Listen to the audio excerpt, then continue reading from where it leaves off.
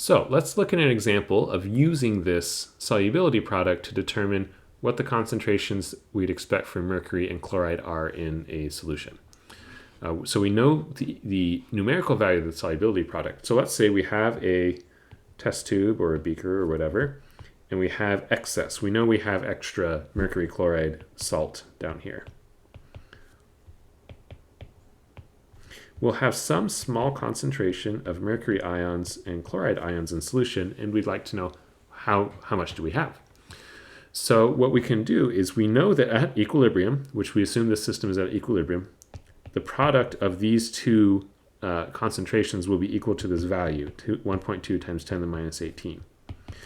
And we know that for every mercury ion that's produced, let's say we call the concentration of mercury ions X, we'll have twice the number of chloride ions. And this is just we can read this off from this equation up here, right? The stoichiometric ratio is that for every one mercury ion we have 2 chloride ions.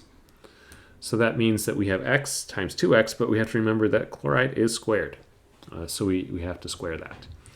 And now we can just solve for X. That'll tell us the concentration of mercury, and then we can easily just double that to find the concentration of chloride. So this will be equal to 4x cubed is equal to 1.2 times 10 to the minus 18. We divide by 4, and then take the cube root.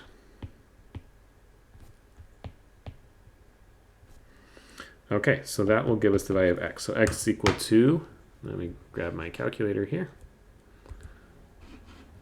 Calculator, here it is. So we need,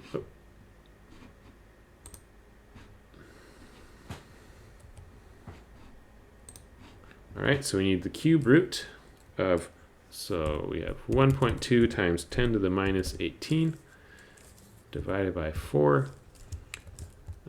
And one way we can write the cube root is to raise it to the power of 1/3,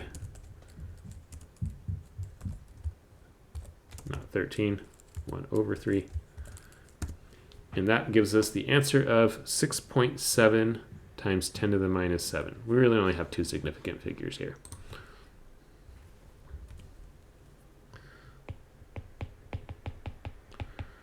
So that means that our concentration of mercury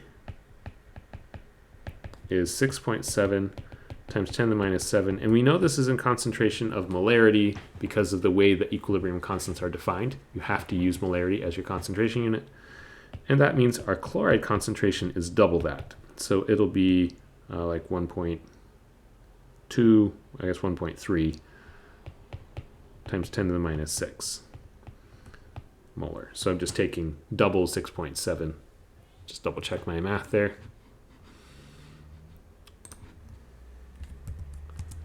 Yeah, so we get 1.3 times 10 to the minus 6. Okay, so that's one way of using the equilibrium constant for the solubility product. It can tell us if we have a salt in solution, so say we had a test tube full of water and we put some mercury chloride in it, what concentrations would we expect for the mercury ions and the chloride ions? And you can see these are very low concentrations, right? These would be somewhat difficult to detect. Not impossible, but somewhat difficult to detect without some specialized equipment that we'll talk about in this class.